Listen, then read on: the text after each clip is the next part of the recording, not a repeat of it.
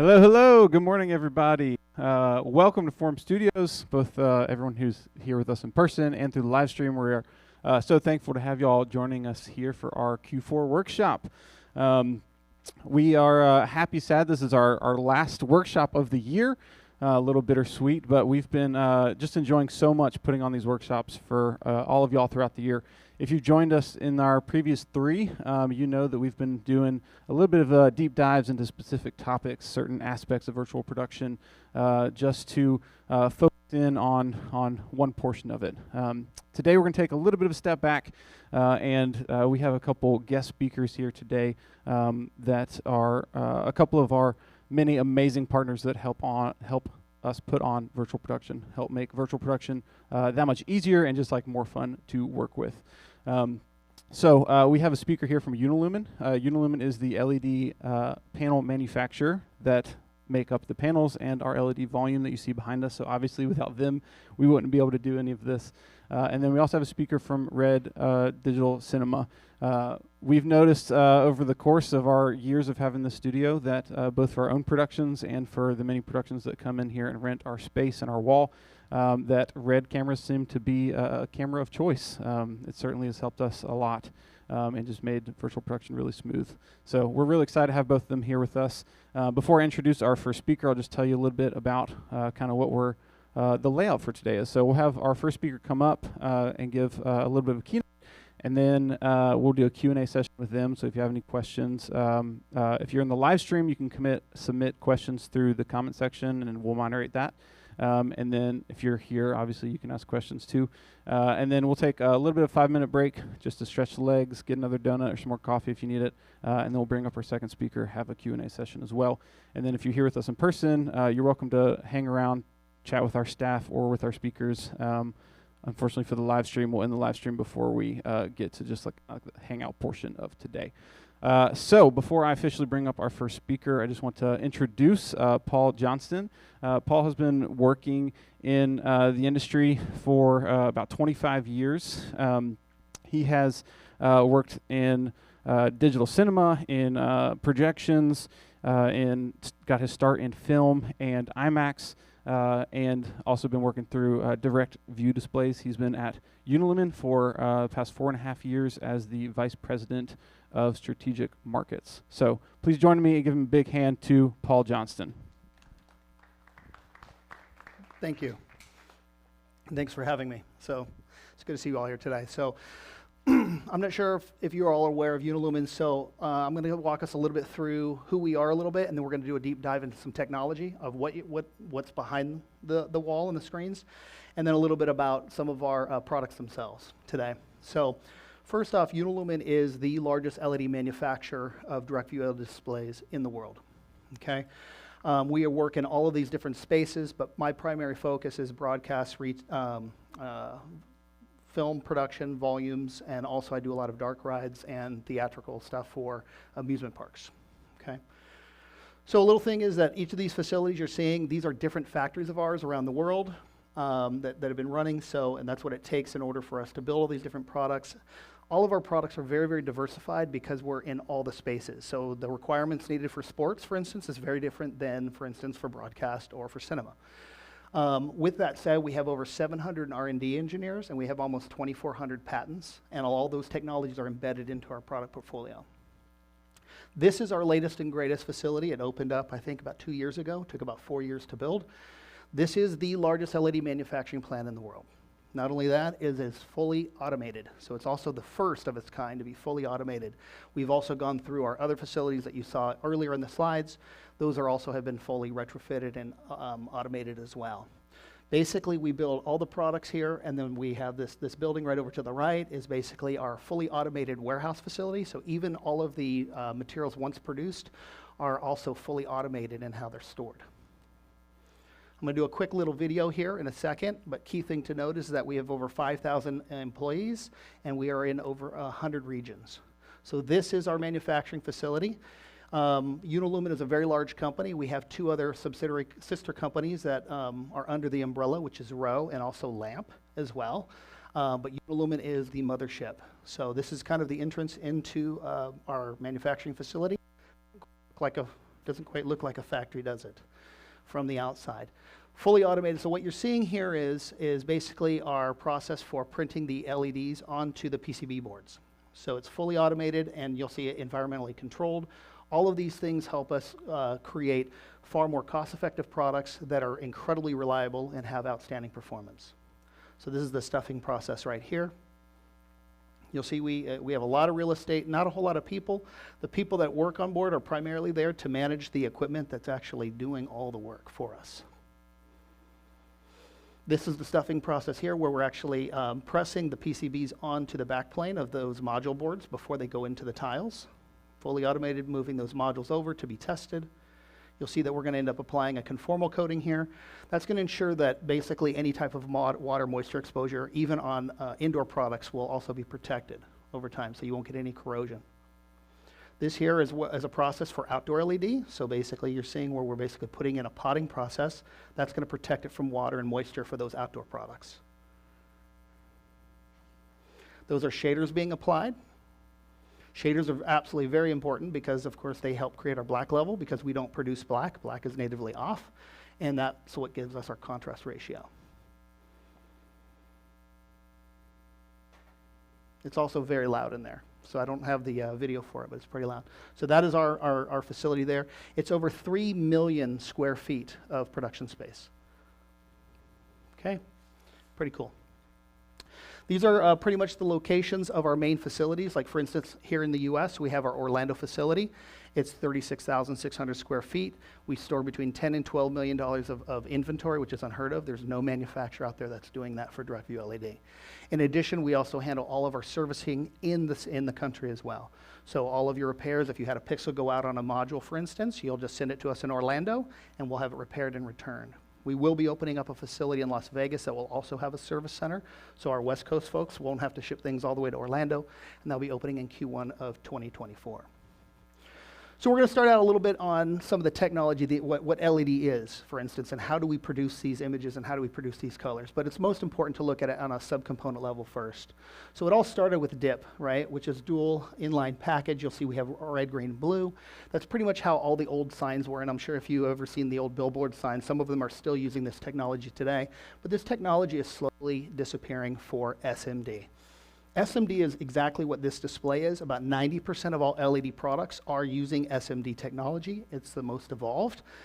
Also the most cost-effective overall because of its evolution. So and from a manufacturing standpoint, it also has the largest cast of players who are manufacturing SMD. So it's very, very competitive, and we've seen huge advancements in this. However, we are also working towards other diode packages as well, or even adaptations of SMD. So one key thing is that standard SMD is a common anode system. However, we also have common cathode products as well. You're probably looking at me going, what does that really mean? At the end of the day, common cathode is going to allow us to be far more efficient because instead of sending 5 volts to each primary color, we're basically sending about 3.8 volts, which is exactly what it needs. By doing that, we're saving all that, and that all translates to about a 20% power consumption reduction that improves in performance.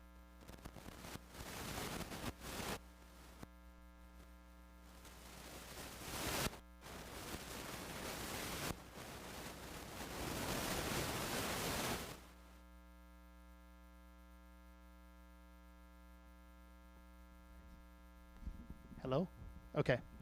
So what that translates to is about a 20% reduction in power consumption, and with very large displays, that could be a huge cost factor in your operating costs.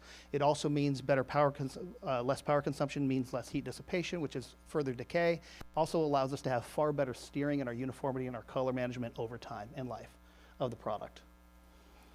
So we also have COB. You'll hear about that on chip on board. Keep in mind, chip on board is not to replace SMD, but what it's doing is it's allowing us to move into other markets and also offers additional advancements and features. COB is one of the key things that's allowing us to go into the realm of below 0.9 mil. So once we get down to 0.9 on SMD, the pixels are so small that we start having challenges being able to reproduce and be able to build products that are solid enough. So with COB, it allows us to go much, much lower. We did introduce at Infocom this last year our 0.4 and a 0.4 and a 0.7 mil, and we'll continue to drive down even into smaller pixels over time. We also have what's called IMD, right, which is integrated matrix device. Basically, it's very similar. It's like SMD. The only biggest thing here is that with IMD is that you have 4 times the pad strength. So when you start getting into really, really small pixels, there's not a lot of surface area. And so because the surface area is so small, it means that impact, any type of impact, makes it a lot easier for that pixel could be bounced off or broken off.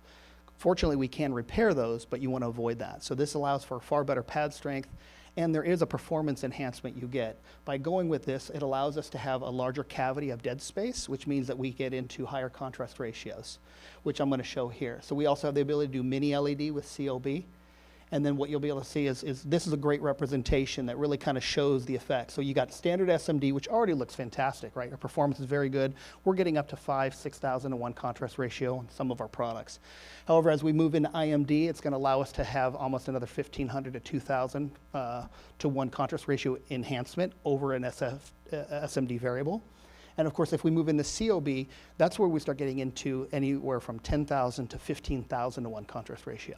So there is some huge advantages to it, but keep in mind there's also some detriments as well, depending on how the product is designed. Now, that's all based on conventional LED. In addition to conventional LED, we have what's known as mini LED and micro LED. Basically, it all comes down to what's the package size. So we do have products that we've reintroduced, that have been introduced, that utilize both the mini LED and the micro LED. Obviously, as we go into more macro, obviously there's a huge cost increase, so obviously sometimes that may be cost prohibitive. But what's nice to know is that we are starting into microizing the diodes, so it allows us to go into much tighter pixel pitches, or in some cases you can use a smaller LED that gives you a higher contrast ratio because more dead space. So an interesting thing is a micro LED is about 100, so that is microns. So it means it has to be less than 100 microns in size. To give you an idea, a human hair is about 70 microns. So it's not much bigger than the size of a human hair. So that's how small these diodes are getting, pretty small. All right, so we're going to do a little dive into LED terminology itself so that way you guys have a better understanding of why are there differences with pixel pitches and things like that. So the key thing to note is that when you look at a diode here, like for instance on the screen, if you look at each pixel, basically the distance between the center of each of those pixels, that distance is what defines the pixel pitch. So for instance, this display that you're seeing today is a 2.6. 2.6 is the sweet spot really for volumes and post-production for most environments because it's more than enough resolution that you need, the price point's correct, and it gets the job done, right? However, we've seen in smaller spaces, or if you're going in with tighter shots, you may need a 1.8 or even a 1.3, for instance, in those environments where that focal plane's a lot closer. Or if you're doing a much larger set, you don't necessarily need a 2.6. We've seen a lot of big backdrops, like where we're doing backdrops behind, like for instance, like a giant pirate ship or something. That could get away with, say, a 3.9, right, in performance. Another thing to notice is that since there's all different types of display technologies, like for instance, when you're dealing with projection, that is reflected light, right? So normally you're going to see it's classified as lumens, right? However, we're dealing with direct light, right? So because we're dealing with direct light, that is known as a nit, right? So basically it's about 3.426 lumens equals a nit. So if you're ever doing conversions or you're dealing with situations where you're doing a combination of direct view and projection, those are the calculations you're going to do to make sure that your light balancing is going to be as close as possible. Another factor that we always have to consider in any display technology is, of course, the color space in which it can produce, okay? So basically, our standard products are about 110% of NTSC color space, which is very, very wide and works 99% of the time. However, in certain unique environments or broadcast environments, they may require a Rec 709 diode that's guaranteed to hit that target color, or even a DCI-P3 target color. So we also make products where you can order a product that will actually come with a very specific diode that will hit that exact color space if you're in an environment that only works in that color space. Now, of course, we've all heard about Rec 2020, right? There's HDR+. All of our products do support HDR. However, Rec 2020 is not, 100% Rec 2020 is not achievable currently in any direct view display package. It just doesn't exist. As of right now, the only technology that can produce that is RGB laser. However, we are, I think, about 89% of Rec 2020, and so as we continue to develop and work on that, hopefully in the next year or so, we'll end up seeing a Rec 2020 diode come to market as well. And then, of course, we'll embed that into our product portfolio. In addition to color space, right, we have to deal with color bit depth. Now, the other unique thing is with all of our products is all of our products will work in both 8-bit, 10-bit, and 12-bit. That's important because a lot of other technologies sometimes have limitations in doing that. Now, keep in mind, in order to achieve 10 or 12-bit, we have to make sure that the system is designed correctly because there is port loading and there's capacity issues. So in some cases, in order for you to achieve, say, for instance, 12-bit, where you're trying to drive 68 billion colors, right? The reality is that we're going to need probably additional processing in order to do that, which is just extra boxes. The nice thing is that you don't have to throw the tiles away. So if you're working in a 10-bit workflow and all of a sudden, you know, in a year or two from now, you go, hey, we're transitioning to a 12-bit workflow, the tiles stay the same, we just do a rewire, and we may have to add an additional processor to be able to handle that additional capacity. Obviously, that is coupled with color bit depth as well. 8-bit, 10-bit, and 12-bit. What we find in all broadcast environments, volumes, pretty much everyone's working in a 10-bit workflow, but when we're dealing with retail environments, commercial environments, normally they're still working in 8-bit, and that works for them. And there are some unique situations or environments where we're doing 12-bit, whether it be a lot of simulation. There are a few volumes, for instance, that are starting to work in 12-bit, and there's also a lot of skunkwork projects that are going on that are doing 12-bit as well. We also deal with chroma subsampling as well. That's also a key thing. All of our products and our high-end processors will process up to 444 as well. So if you're working in those environments where you're dealing with maximum chroma subsampling, we have the ability and the capacity to do that. Most people aren't necessarily always working in 444, but it's important to know that our processors will handle all the way up to that. Years ago, they didn't. They would be capped at, say, 422, for instance. And then this is a resolution slide just to let you know. So our products, our physical resolution of our display will always vary, right? What's nice is that we're dealing with pixels. So normally in most environments, you guys are going to be working within one of these rasters or containers, either it be an HD or a 4K container or an even 8K or 6K. We're going to be able to manage all that, and the only difference is that the physical resolution may not necessarily match one-to-one, but of course we have the ability that we can process those pixels however you want, stretch them, squeeze them, obviously if necessary. But the goal is to try and always make sure that your environments are usually a one-to-one whenever possible to ensure that you're not injecting any additional aliasing or obviously a softening of the pixels caused by scaling. Now, another important thing to note about direct view display technology is that as there is a scan rate, and we publish this on our line. So the key thing to note is when you're dealing with scan rate and you're dealing with production, you need minimum, if it's above 2 mil in LED, you will need minimum of 16 scan or better, right? So most of our products, like this product is 16 scan. That's pretty much what the workforce is. However, as we continue to see faster frame capture, we're seeing a lot more creativity out there in production. We need to stay ahead of the game. As things continue to advance to faster speeds, we're needing, you know, wider color gamuts, etc. We have to stay on that to make sure we can reproduce, and most importantly, make sure that we can work very well with your cameras. So one key thing to know is with scan rate is that it's basically the number of pixels that are in that particular array. So there's an IC that drives a subset of pixels or a cluster of pixels, and that will determine on how many we can have on. So if we're dealing with outdoor displays, for instance, we don't need to have, we're going to be more focused on power consumption. You can get the message across, but you're not capturing with a camera. So you're not going to deal with anything that the human eye is not going to see. You're not going to see any type of artifacting. So for instance, we'll have those as like a 32 or even a 64:1, right? Where that means only 1/64 of those pixels are on in the on state at one given time. Now keep in mind that these are refreshing at an incredibly fast rate, usually at minimum of 1920 of 1920 hertz a second, right? So it's moving very, very fast. But when we start doing camera capture, it becomes more critical because the camera is going to see things that our human eye doesn't, right? And there's also frequencies in which we're doing retraces, and also the scan lines are being produced and how that's being captured on the imager. So going with a much lower scan rate is definitely going to be your benefit, especially if you're doing some really creative stuff or you're doing a lot of high-speed camera work as well. So we are starting to introduce, we've had 8:1 products that have now been released out as well for those environments that require that lower scan rate. Another factor that you have to account for in LED is moire. So moire is basically where basically the imager of the camera gets overlaid, and if for some reason, as the imager lines overlay over the pixel lines, you will get a moire effect. It's almost like a rainbow effect, a distortion, an optical distortion that occurs. So you want to try and avoid that. So the one thing I always recommend is first off is as you're setting up your volume or your studio, you want to make sure that you understand where those zones are. They are going to be there. You just need to make sure that they are out of the shot that you need to work in. Sometimes that means that you may want the talent moved a little bit forward, but you want to find where that focal plane ring is at, and you want to stay out of that zone.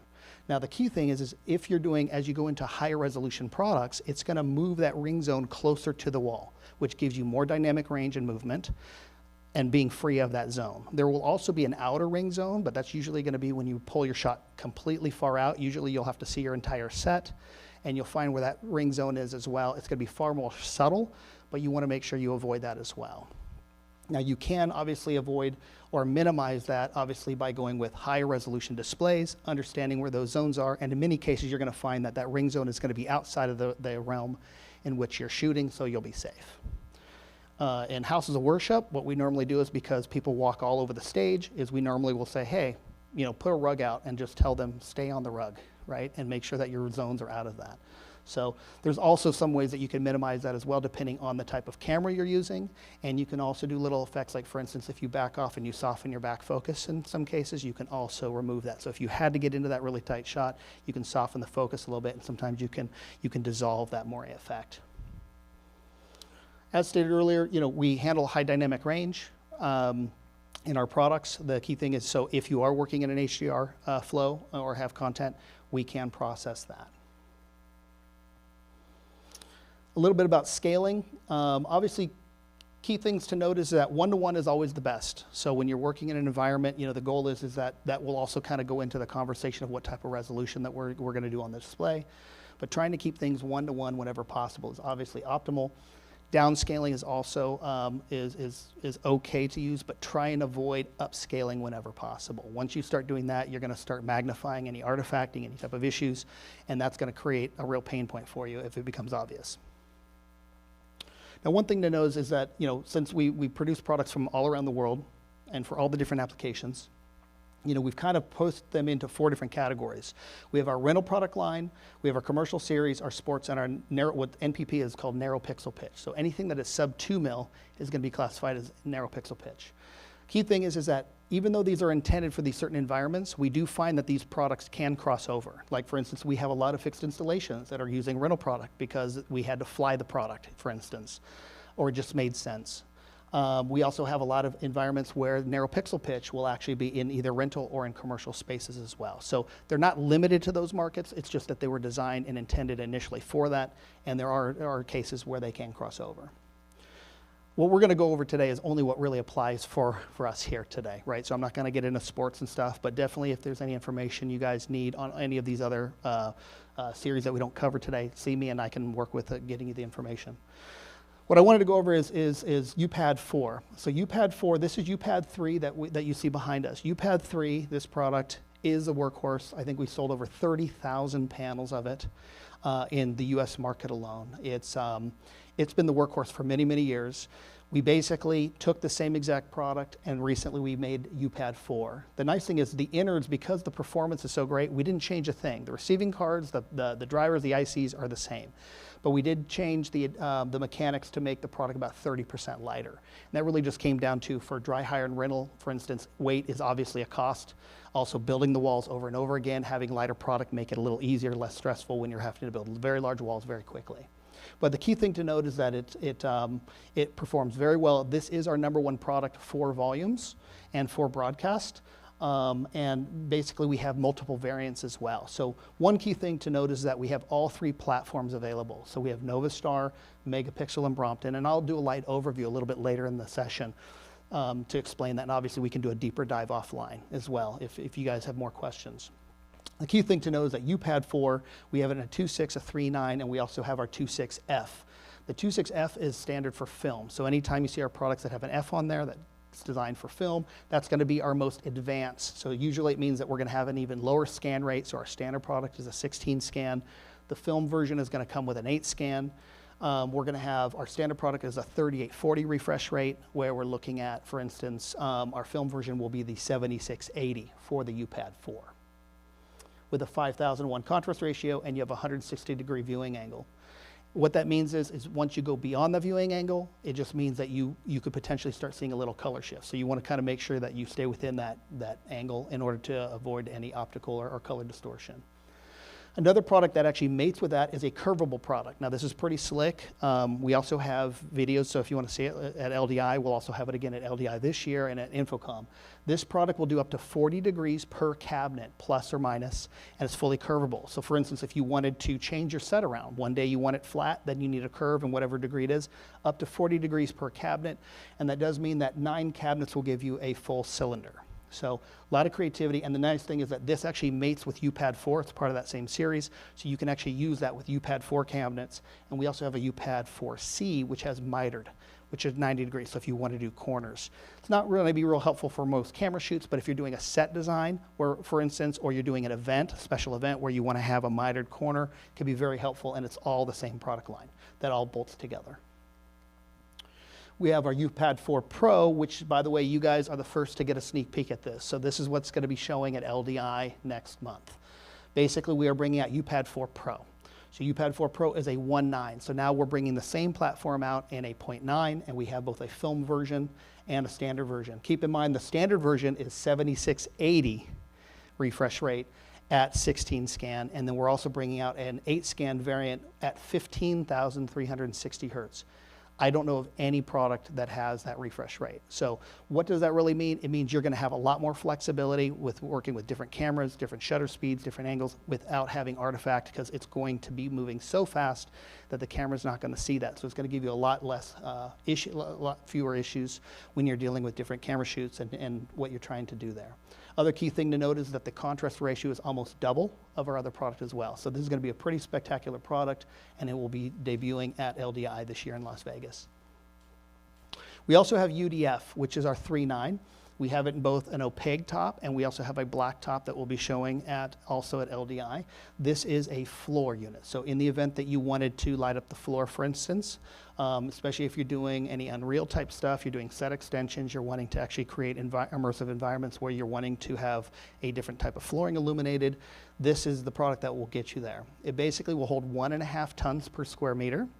It is fully waterproof as well, so you don't have to worry about if people are spilling on it. And most importantly, the top pieces are acrylic and are replaceable. So if they were to get scratched or whatever, you can actually replace the acrylic, and it basically ensures that the LED panels themselves are fully protected. So pretty slick here. And this is available in both Novastar and in Brompton. We also have what's called our URM3 Pro. This is important to note because this is used in both fixed installation environments, a lot of broadcast environments as well, because we have it in both a 500 by 500 and a 500 by 1000 cabinet. Now, the one thing you'll notice is that we have up top, you'll see we have a 2.6, 3.9, 4.8, and 5.6. Those are the indoor versions, and then we make an outdoor version. But just so you know, the outdoor version will also run indoor, and it has dual modes. And that's important to note because outdoor products are designed to run up to, say, 5,000 nits or whatever. When you're running outdoor and you're competing with that, if you moved it inside, you're going to lose all your intelligibility on your grayscales. So if you bring up a 0 to 255 grayscale ramp, you're going to be missing a lot of information there. By having a dual mode allows us to actually re-steer the product. So whether you're running in an indoor mode or an outdoor mode, you're going to get full intelligibility of those grayscale ramps, and you're going to not have any compromise of your video. We have our UNano 1.3 and 1.8. This has been the workhorse. This is our sub 2 mil product. The one thing to note is on scan rates, once you get below sub 2 mil, you will not find 8 scan and 16 scan out there. We just released a 15 scan variant of a 1.8, but the reason for it is that the pixels get so small, we can't pack enough, there's not enough real estate to pack the ICs in there. Keep in mind, though, that it's not going to hurt you because the pixels are so small that that scan rate is on a macro level. It won't be seen on the camera. So believe it or not, once you go sub 2 mil, you can get away with, say, for instance, a 30 scan and a 1.8, and it will give you the same level of performance on a 2.6 at a 16 scan. We just released our ULW3 at Infocom. This is also a key product. So if you're doing set design, now these are front serviceable products. So let's say, for instance, you don't have real estate, for instance, having behind the wall, and you have to put the wall directly on a physical wall itself because you're dealing with real estate issues. products like ULW is going to allow you to do that because it's a front serviceable. So we have special mounts. You can basically press it up. You would basically fasten it to the wall, and then all the serviceability is on the front. It also can be used for broadcast sets, and we also use it in corporate environments as well, but definitely has the same processing and internals as our rental products have for the environment and for this application. Hold on. There we go. U-Panel 2 is just another derivative. It's a lower cost derivative. Keep in mind that the performance isn't compromised. The only thing is that there's certain internal features. For instance, U-Panel 2 is not customizable, so we don't allow you to purchase it in a DCI or a P3 diode or Rec 709 diode. But if you're dealing with environments where you're saying, hey, you know what, the 110% of NTSC color space is fine. I don't need that. I don't need motorized ejection. I don't need a lot of these other mechanical features. This gives you the same level of performance in a much more simplified box, and you end up saving about 10%. And then U-Panel S is our most popular product out there. So this is used in a lot of environments. We have it in broadcast studio sets. We have it in corporate lobbies, and is our top running product. Key thing is this is the most flexible. We offer it in both a redundant power supply. We also have it in TAA. So if you're dealing with a government installation, for instance, you have to have TAA. So this product is also TAA compliant, and most importantly, it's available in a very wide portfolio from 0.9 up to 2.5 in resolutions as well. And then if you found that you need to do high frame rate, so the U-Panel S will get you up to about 60 hertz of frames a second, right? If you are working above that, so you're doing high frame rate, like 120 frame or up to 240 frame, then we'd want to move you into our U-Panel S2. Now this product offers a lot of unique additional features. Some of them are, for instance, higher frame rate, also low latency. So for instance, our U-Panel S, which is our top high running product, is about 2.2 frames of latency all the way through the pipe, which is very, very low, right? And that's considered low latency. However, this product is the lowest latency product I know in the market today, which is 1.1 frames. So it has extreme low, ultra low latency. It has higher frame rate up to 240 hertz, and also has another unique feature that is exclusive to Unilumin, which is pixel detection. So if you're dealing with very large walls or displays all over and you have to manage that, it will tell you if a single pixel is out and where it's out at. So you can replace it right away. So it's very unique. So it's also allowing for some of those proactive maintenance features and optimal performance. So it's also available in a 1G, 2.5G, and a 5G backbone, which I'll go over in a few minutes on why that's important. But in essence, it's being able to chain a lot more tiles to a given link, and which means fewer data cables are necessary in order to run as you go into a higher G backbone. We have our U micro, which is our micro tile. So remember we were talking about micro pixels and macro pixels earlier. So basically this is our U micro, uses a micro LED, and basically we are able to provide that in a 0.4, a 0.6, a 0.7, and a 0.9. We had debuted that at Infocom this last year. We had a 4K of that, 4K wall of the 0.4, which was the first of its kind released to market. So pretty slick product. This is definitely allowing us to get in those spaces, and most importantly, it also supports up to 240 hertz of video frame rate as well. And you'll see that because it's the micro LED, like we talked about earlier about contrast ratio, you'll see that we're between 15,000 and 30,000 to 1 contrast ratio. So the black levels are infinitely black. I always tell people, I say, go to Best Buy, look at an OLED screen, and then look at a standard LCD screen. You'll see there's a very big variance in black level, right? And also it allows the colors to pop more when you have that high contrast. The other product we have is our U-Slim 2. This is also in quite a few volumes. This one's very flexible because it's in 3 cabinet sizes. It's in a 500 by 1000, a 500 by 500, and a 500 by 250. And that's important because it means that now that we can work in 250 millimeter steps. So if you have a specific size of a wall that you want to hit, we can work in 250 millimeter steps instead of 500. It's also very, very cost effective, and most importantly, it allows front serviceability as well. So you don't have to have a backstage in order to be able to service the product. And we have this actually installed in a giant volume in Las Vegas. It was about 400 panels of it. Looks really, really nice. Our UTW3 is another narrow pixel pitch product. This would be a great product, for instance, if you're doing like what we call wing walls, so smaller portable walls that you want to have moving around, where you're doing tighter shots. So having something in the sub 2 mil, being able to get into a 1.5 or a 1.8 allows you to get into much tighter shots, especially if you're doing a lot of car work, car scene work, and you're doing some tighter shots. You may find that 2.6 may be a little too granular, or you're having to keep the car much further away from the wall. So it just gives you a lot more flexibility. And the most important thing is it's only 28 millimeters in thickness, so it's very, very thin if you're dealing with real estate issues. Some design considerations that are involved. So when you're looking at doing a volume, for instance, with direct view LED, the nice thing is you don't have to understand all this. Obviously, we're going over it in detail, and we have a lot of training courses that are far more in depth that you guys can participate in as well. But most importantly, we have a staff online, right? There's myself, we have solution architects and stuff. So when we start working together on opportunities, we're going to basically be asking all these questions. We're going to want to understand, how are you using the wall? What's it being used for? What's your roadmap for the next 5 years? What's your current workflow? Where you see your workflow being in 5 years, so we can make sure that we're getting you into the right product. So we do all of these things for you, actually, or we can do them with you, because so if you already have certain skill sets and certain things internally, we can definitely capitalize on working with your team however necessary. But key things to note is obviously the intended usage, the location and structure, most importantly the viewing distance, right? Now, in most cases, we're dealing with viewing distance from what from the closest person to the wall is. Now, if you're looking at signage where it's just more informational, it's okay if you have certain people get fairly close and you can see a little pixelization, because they're not losing the message. However, when we're doing broadcast or film work or production work, or you're even doing immersive or dark rides, for instance, the technology has to be invisible, right? We can't see the pixels, even at the closest person. Otherwise, you're going to remove that person from the experience.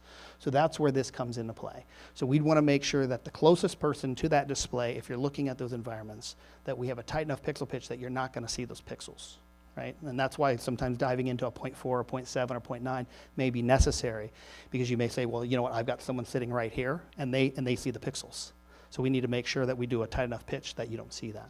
So that goes into it. And from a broadcast perspective, that basically where the person is the focal plane of the camera, right? So wherever that camera is focused in on, where that distance is, at that point, we have to make sure that they're not seeing the pixelization of the display as well. Obviously, we're looking at also, for instance, things like source input. What's the resolution? Are you working in HD? Are you working in 4K? Are you working in 6 or 8K, for instance? We need to understand what type of ingestion, because there are different processors that will take on different signals. And we also need to know, are you working 444? Are you working uncompressed? Because we have different boxes that will allow the processing of those signals. Also, for instance, aspect ratios and scaling as well. Also, your power availability. Believe it or not, we've done quite a few broadcast studios in New York, and they're older buildings, and power is a big deal. They may, they come and say, we want this massive wall, and at the same time, they're like, but we can't add any power. Right, and so sometimes that's where we look at, like, common cathode technology, for instance, can help, because if that gives us another 15 to 20% of headroom, that means that we could potentially go that much larger with a display and still be able to not hit their capacity level of power. So that's very, very important, and we help with all of these things. Processing type, for instance, pixel count, quantity of displays, and then we also have 3 different processing platforms, as mentioned previously, Novastar, Brompton, and Megapixel. They all have very unique features, different product lines and portfolios, and also feature sets. And actually, that's what we're going to move into now. So first at a glance, Megapixel. So Megapixel is the newest of all the platforms to the market. They're not completely new, because they've actually been around for many, many years. However, they were originally developed and were part of VER. When they were around, they were kind of working on their own processing platform.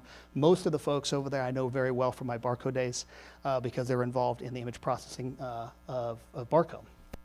But very, very slick product. Basically, that is the receiving card. So one receiving card is placed in each tile. It basically has full memory on board and can handle 230,000 pixels in that one single card.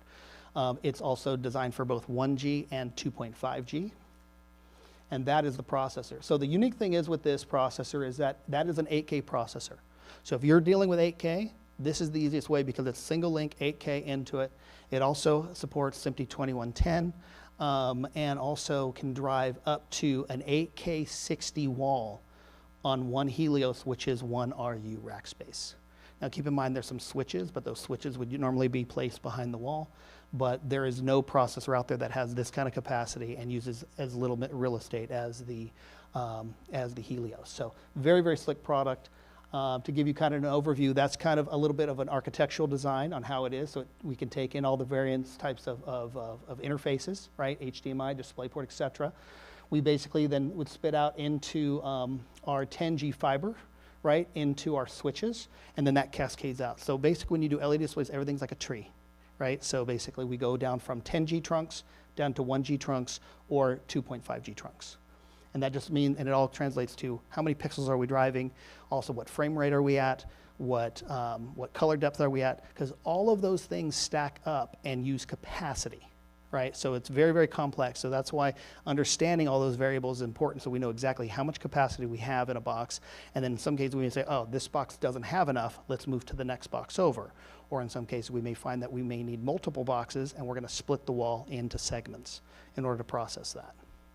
You don't need to memorize that because we'll help you with the design on all that stuff. So another unique thing is the UI interface is very, very slick. And yes, you can control a lot of the feature sets. For instance, if you were wanting to do seam performance, seam alignment, that allows you to address small physical imperfections in the alignment. You can actually do what's called seam correction. So if you had a dark area, you can actually illuminate just the pixels on the edge, so that way you can make it completely balanced. And to make it very easy to do that, you can actually use that either an Xbox controller or a PlayStation controller that allows you to do it very, very quickly. And for anyone who's actually done seam line adjustment not this way, it can be an all-day process very easily using the keyboard and stuff like that. So this really allows to speed things up very, very quickly. And as we all know, time is money.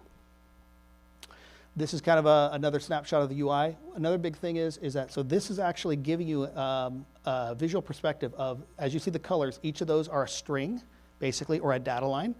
And then each color is slightly illuminated to show you a difference. So basically, that is the actual display itself. So each of those are a panel, right? And then what will happen is that when you're using this product, whatever video signal's coming in is actually gonna be imprinted and does a screen scrape on top of that live. So it's actually letting you know exactly where the content is and what tile is producing what imagery of that array. A lot of feedback with the system as well. Obviously, the system will also let you know what you're currently at. And yes, you do have the ability to set it. So on a lot of our products that have an extremely wide color gamut, you can actually set whatever color targets you want, and it will only allow the product to produce those colors. It won't allow you to go beyond those colors. So if you set it for Rec 2020 or Rec 709, it's going to do anything it can. It can't produce colors it's not intended to do, but you can clip and you can cap off to make sure that you're not trying to produce colors outside of the spectrum in which you're working. It also supports full custom 3D LUTs as well. This is basically just another shot of basically where you're looking at every single tile. So as you dig into this, every single tile, you can actually talk to it. It will tell you, is it the main first tile? It will let you know exactly what tile it is in the link. And then, of course, most importantly, gives you all that data readout.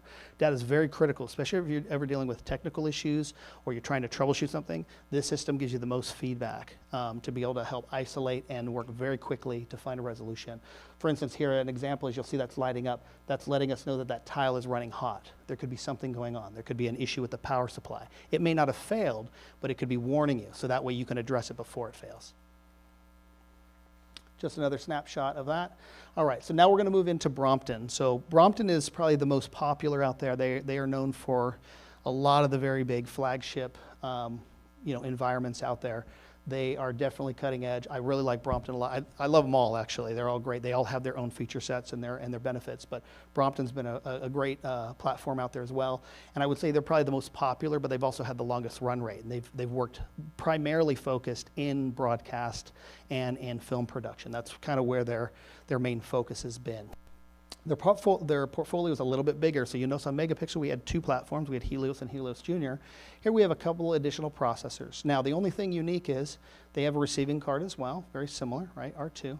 But I want to kind of move into some of these processors here. So they support HDR as well, but these are 4K. So they haven't released their 8K, but a little birdie told me that an 8K release is coming out, probably going to be shown at ISE. So they will be bringing out their 8K version as well.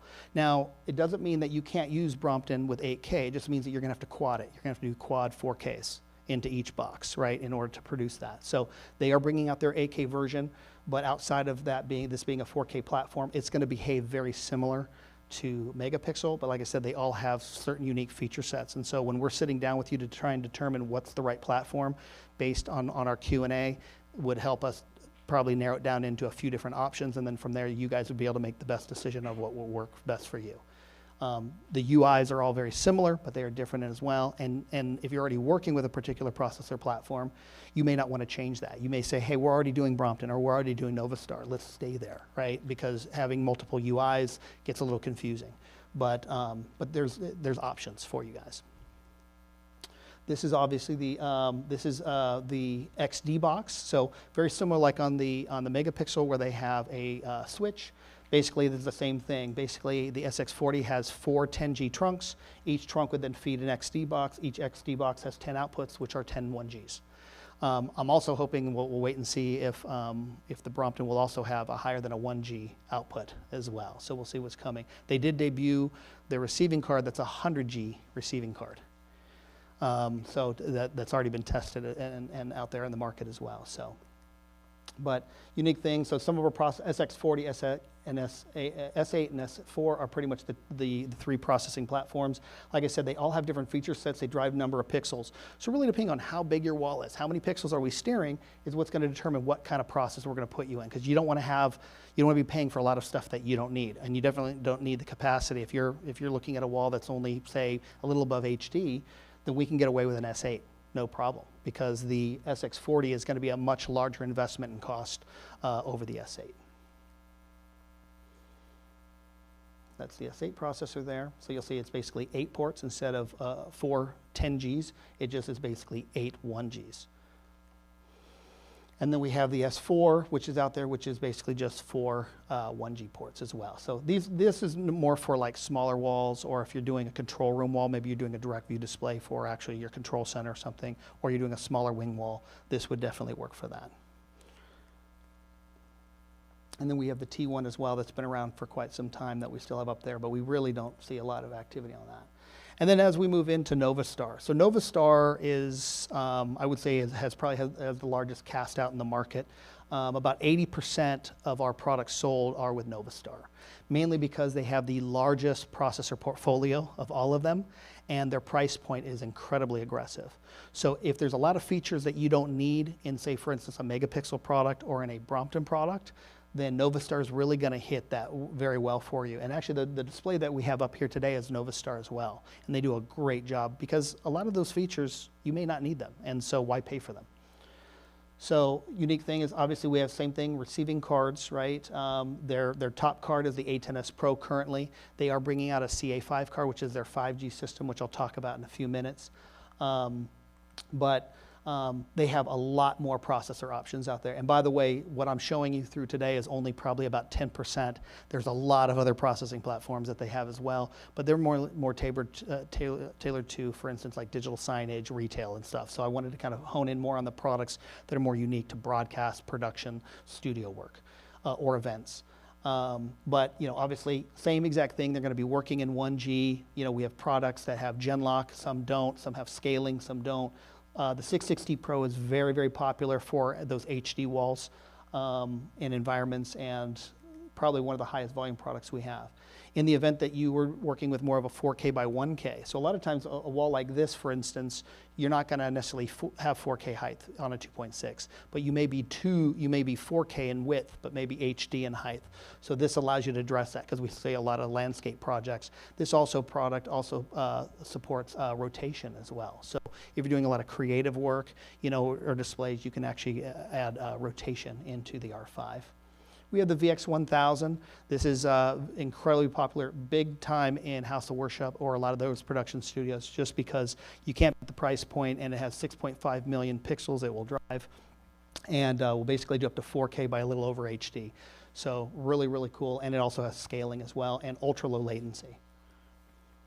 The multi-controller 4K is the workhorse of what we have. I believe that's what we have here on this display today. So when it comes to 4K, this is going to allow full 4K in. It's got Genlock. It's basically has 16 full ports on board. It also has SFP, so if you're needing to do fiber, so if you have a control room and you need to have the processor in the control rack, we actually have embedded fiber, so you just use some SFPs and you'd use one of our receiving boxes on the other end of the screen. But this is our most popular product, and is probably in about 90% of all of our volumes that we sell with Unilumin displays currently.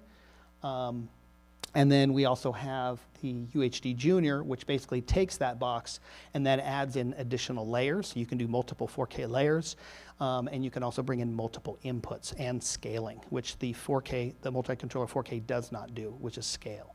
So this would kind of be a step up if you needed those additional features. But most of the time, you'll find that most of the scaling and all that matting is being done on the front end by either Unreal or whatever your front source is. So you don't necessarily need to pay for a lot of things. So that's why the multi-controller 4K is very, very popular. And then most importantly, we have the H series. So I'm dealing a lot with this in very large environments. This is known as a splicer. So it's not just a processor. This is a splicer. So it really gives us maximum flexibility. We have different cage sizes. Basically, we have an H5, an H9, and an H15, which represent how many RUs it takes up in the rack. And as you can see in the back, they're all modular based. So we can pretty much, each one of these cards like you're seeing on the bottom is basically a multi-controller 4K, right? Packed into that card. So it means that you can drive multiple displays, or you could even run an entire facility off of one box.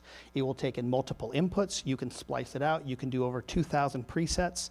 So you can actually come up with different presets on what your sources want to be, where you want to layer out. You have layers.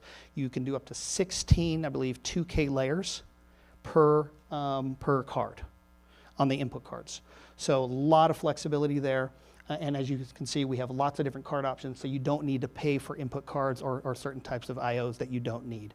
We also have far more than this. We have SDIR, there's a 12G, there's a 3G version. There is a where you'll see the HDMI DisplayPort version as well. And they also have a video over IP interface input as well. Where I see this a lot is in a lot of the amusement rides that we're doing. So like, for instance, you'll have a ride like Spider-Man or something.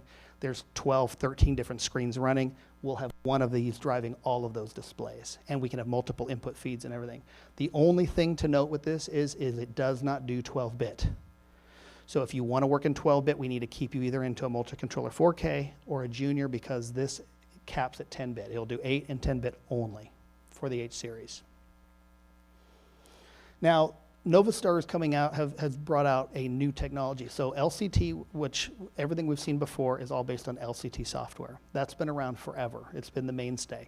However, Novastar has seen with Brompton and with Megapixel that the UI is absolutely critical, and actually having a lot more of the feedback loops and information is absolutely critical. Also with color steering, especially in production where we have to be absolutely perfect, we need a lot more handles. They have kind of hit the limit of what LCT will do. So they've brought out a new software platform called VMP. And what they've also done is they're working on making LCT tiles backwards compatible, or forwards compatible, I should say, that can be run on a VMP processor. What that new processor platform is VMP with coax. And the biggest advantage is this is going to give you the same UI interface, and a lot of the steering, they put what's called in an NCP wrapper, all of the data, right? So the telemetry, the thermal cals, the resolution, the frequencies, everything is all packaged now into one, and they've got a lot more control, very similar to what Brompton and Megapixel are doing. So this is Novastar's way of kind of bringing themselves up to the same tier level when it comes to that performance and a lot of those feature sets. So that comes with the new VMP. So with that, they've brought out some new boxes. Keep in mind that these boxes are only supporting the A8 card and the A10 card. So if you have older stuff with A5s and stuff, the VMP will not work with those cards because they don't have enough data points and processing power in order to be able to work with VMP. So in those cases, you'd want to see us. We'd have to look at your existing display and say, hey, can we move you into an MX series product if you want to take advantage of those extra features. The nice thing is, though, is all of our new products are actually being built on VMP. So moving forward, any of our production products that you've seen that I've gone over today, those are all going to be built on VMP with the A10S Pro card. So moving forward, we will no longer be building anything LCT based unless it's like digital signage and stuff, which I think will take a little bit longer to mature because of the cost and the price point. We have the MX20, basically. The only thing to know is MX20 that you just saw, the KU, the MX30, these work on VMP, but they are also limited to 10-bit. They do not have a 12-bit mezzanine board on board. So in environments like here, you're fine. We're good, right? Most environments, we're working 10-bit workflows, so we're good. However, if you need to go 12-bit workflow, then your only option is you have to move into the MX40, even if you're using a small wall, Keep in mind that there's enough horsepower that you can actually drive multiple small walls off of a given box as well, depending on what you're wanting to do with inputs. But this will support up to 240 hertz. Obviously, it will do up to 12-bit and will drive 8.8 million pixels. So this is basically like the multi-controller 4K and the UHD Junior combined. However, it's giving you the new UI, and you get a lot of new unique features. And the key thing is with these features is, for instance, it's going to give you frame remapping, which allows you to double or triple or quadruple the amount of frames you're producing. That could be very helpful depending on your camera shoot, if you're getting some type of artifacting, depending on what settings you have on your camera. So you can actually run at much higher frame rates. You also have the ability that we can also adjust the degree offset, so we can time it exactly with your shutter. So if you're changing your shutter degree at all, we can actually time it and move that off, so that way we're actually producing the same image that the shutter's seeing, so you're not seeing any banding, right? So that's very critical. That gives you a lot of additional features. Plus it has thermal calculation, so as that wall is heating up and being used over time, it's going to steer those balanced colors far better because it has the thermal calibration embedded as well. And then from there, we are moving into, we also have the CX40 and the CX80. Now, we talked about before the A-Series A card and A10 card, right? Those are 1G platform cards. Basically, Novastar is not doing a 2.5G. They basically are saying, we're going from 1G and now we're going to go to 5G. We're not going to do a 2.5. So their new 5G platform will run on CX40 or CX80. We do not have a product even out with the CA5 card yet. We are in development, and we will probably be bringing that out and showing that at ISC. And then, of course, we'll have it in the US afterwards. But it's really going to be tied into those really narrow pixel pitch products like 0.4 and 0.7. To give you an idea, to run a 4K in 0.4, we had to have 16 Cat5 cables coming out of it in order to drive 8-bit because of the 1G, because there's just too much information and we can't pack any more down that 1G pipe. So by moving into a 5G is going to allow us that now we can actually drive multiple panels off of a 1G line again, because we need that added bandwidth. So that's how Novastar is addressing that. So, it's not really necessary. It doesn't really help you as much in like a 2.6, but as we go into really, really tight pixel pitches, the 5G is really going to make a big difference for us there. Keep in mind, it is not backwards compatible. So as of right now, the C-Series, the CX40 and the CX80 will not work with the A-Series cards or any of that. It will only work with the CA5 card moving forward. So this is more of a platform of the future. We'll probably start seeing a little bit of it move next year, and then it'll grow some legs over time as more and more folks start working into the 8K world. It also will handle 8K, which is right here. All right, so we've talked a little bit about processing. We've got product portfolio, so and obviously we have who Unilumin is. So as we're moving in, this kind of just allows you to kind of understand when we've talked about the backbone of 1G, what does that translate to? As we can see, it's basically the capacity with the bandwidth is from frame rate and the RGB color bit depth.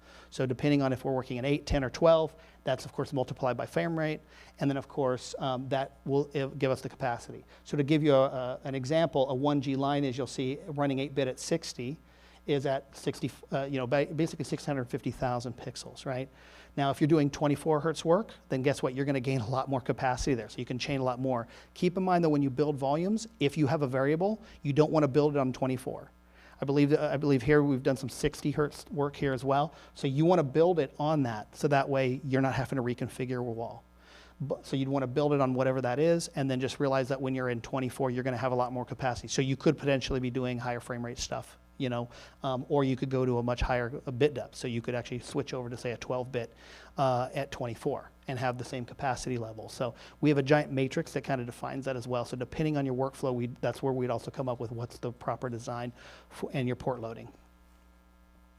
And that's just kind of a side-by-side comparison of, basically in a 10-bit world on kind of where each of these boxes lay and based on a 1G versus a 5G. And as you can see, there is a lot more headroom in the 5G, which is where we're going as we go into tighter pixel pitches. And then how do we determine those pixels? The number of pixels we're driving? It's pretty simple. It's whatever the height and width of the resolution of the panel is. We multiply that together. That's the total number of pixels. And then you multiply that by however many panels you have in your array. And then, of course, we would divide that up. So as we hit port capacity, we may say, okay, well, this column here is a port, this column's a port, etc. In some cases, if we have enough capacity for 2, then we would horseshoe them, or we can do basically a serpentine, depending on the design. Obviously, we have to calculate power, and the same thing. Other unique thing is all of our products are switchable power supplies. So if you're an existing site that has 110, great, you can plug right into it. If you have a site that's got 208 or even up to 240, we can plug into it. It will change on how many tiles we can put on a data line. So that's where we come in, and we would also design that. But the nice thing is you don't have to change your power if you're in an existing site. We just have to make sure that you have enough capacity there based on the screen size. And then from there, we can calculate that. So kind of gives you an idea of kind of the variance as we move from 110 to 220. So we do all these calculations, and then based on what product we're using, we'd be able to determine how many tiles can we string on. And then here's just a snapshot. Oh, that looks familiar, right? We're here. And then some other snapshots of applications that we're in right now. House of Worship, obviously, as well. Proscenium as well. So a lot of this is actually broadcast stuff. We're seeing a lot more in universities, for instance, where they're doing a lot of online sessions. And that's it. Thank you.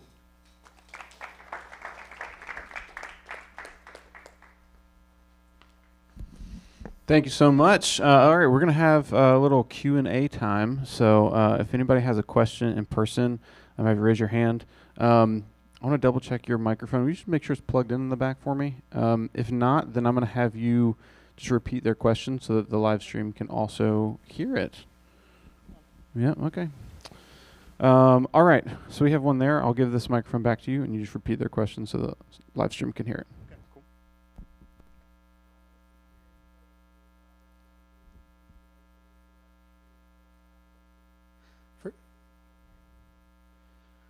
Thanks. Yeah, so she's asking the question of how do we address security, cybersecurity, et cetera. So that's a very good question. So all the products are networkable, right, for instance, but those are some differentiators with some of the platforms. Keep in mind that most of the time you're going to have these on a closed circuit, right? So you're going to have them on their own network, usually AV network, and that's really just to have control, like if you're wanting to change brightness settings, et cetera.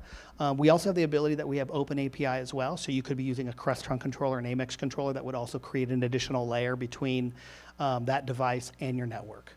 But for instance, if you have certain security requirements where this thing could potentially be exposed to the outside world, then in reality, you're going to want to move towards a megapixel-based system currently, right?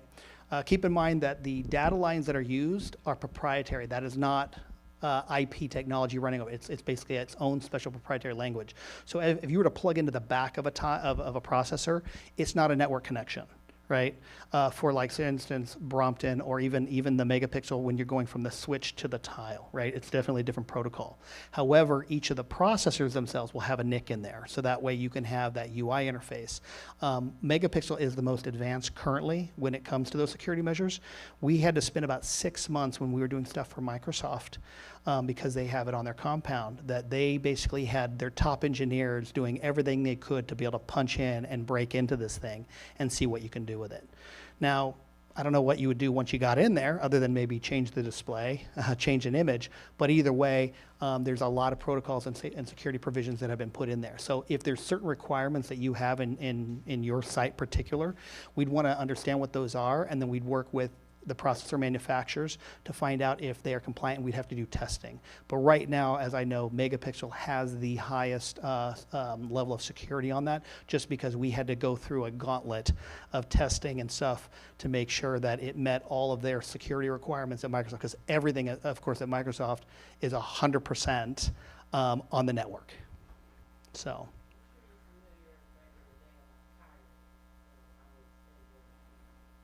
Oh, for piracy?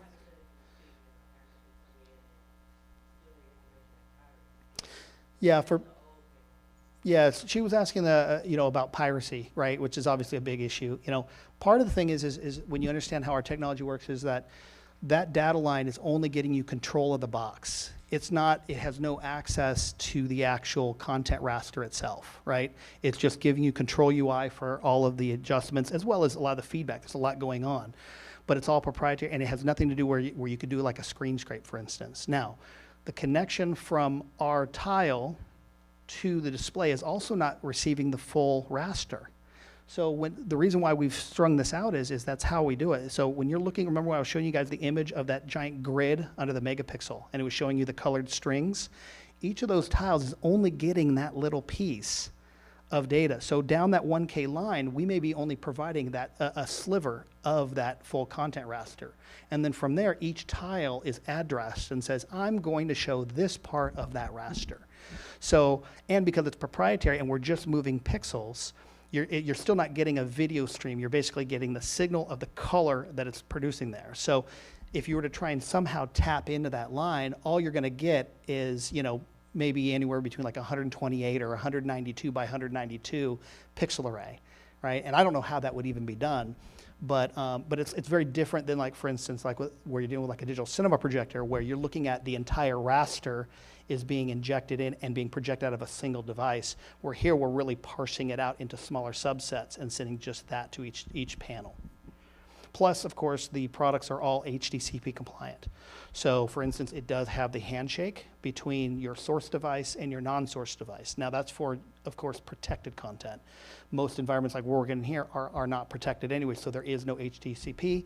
But if someone was to plug in, say, a Blu-ray player for whatever reason, they cannot actually strip off of that. They'd have to put it through a stripper, you know, that's illegal, right, in order to be able to pull that signal off.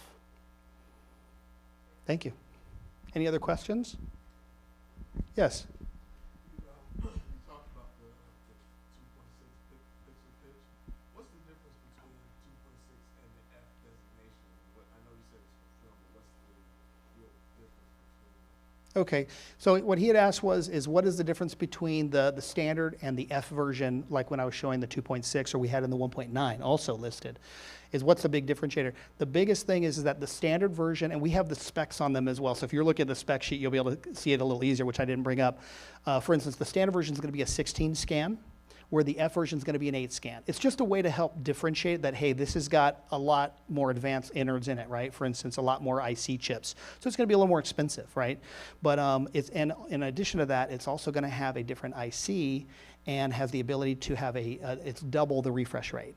So for instance, on our UPad 4 was 3840, then it went to 7680 in the film version, and then for the new 1.9 Pro version that we have, basically the standard version is going to be the 16 scan 7680, but then we have the 15,000 refresh rate. So the F really just lets you know, hey, you're getting a doubling of a lot of these feature sets and performance that above the standard version, because a lot of these products can be because it's rental. You know, you can have, like, for instance, this UPad 3, there are rental partners all over the country that have the same exact product. So you can, a lot of times, what we'll do is you'll have your own set, and all of a sudden you'll get a gig, and you're like, hey, I need twice the size of my wall. Well, if you're doing business all the time, it makes sense, buy a new wall, right? Buy a bigger wall. But in a lot of cases, you're like, I just need a wall temporarily. So what you do is you can call a dry hire company, like a PRG or whatever, or even have another volume partner that says, hey, you can borrow my wall, and then basically you could extend that wall, whether it's vertical or height. So you do have the ability that you can add additional tiles, because in the dry hire business, you know, they'll have 2,000 panels, and then you have another rental partner that has another 2,000. Well, a lot of the big shows and events like car shows, they may need 5,000, 6,000. So a lot of times it's multiple partners, you know, dry hiring their investment in there to get them to mate. So understanding that, because if you put an F with a regular one, mechanically they'll go together, but you won't ever be able to get them to balance because they're running at completely different refresh rates. They're going to have different performance speeds. And so certain things on a solid field, you're going to see as different, and you're going to go, wait a minute, I can't match them, and there's no way we can get around that. Yes? Something that I was curious about as far as like coming in from like production side. So I wouldn't own a wall, but I would come in and shoot on one. And so I'm like, I haven't run into this issue, but now that you're talking about like viewing distance and things like, I guess like moire, where there could be distortion and you get closer. Is there like a tool to calculate like the range that you can give, like, you know, like directors or directors of photography and people, like distances and like, or you can start to figure that out ahead of time. So you're not trying to shoot on the day, you have it on like after or whatever, and there's distortion, and you're trying to resolve that, and having to figure that out. Is there a way to figure that out ahead of time as the technician, so that you can automatically set that rug down or tape an area or Sure. do that? Or what is how do you calculate that? And talk about it? Sure. So what she had asked was, is in summary, is is there a tool that will allow you to understand what kind of pixel pitch do you need to target based on your shoot in advance? So you could look and say, hey, this is kind of what we're doing. What kind of wall or resolution do we need when working on a volume? Now, the fortunate thing is most volumes like here, they're already going to have a preset resolution that's already defined for those workflows that they know already based on what they're doing. So a lot of times us working with the studio itself that has the site, that's what we're doing early on. We're trying to understand all of your guys' variables. So as different production crews come in and how the space is used, we want to know, okay, what are all the different types of environments you're using and how are you using it? And then that way from up front, we're doing all that safety for you. But there are certain things you can do. We have our viewing distance. Remember I had that viewing distance chart? So if you were to look at that and say, okay, how far is my talent or my focal plane going to be from that display? That, in essence, you would be able to identify right there what type of minimum resolution you're going to need. So you could use that as kind of a rough guide. Now, it won't address moire. Moire is a physical anomaly that occurs based on the imager and its relationship to the wall.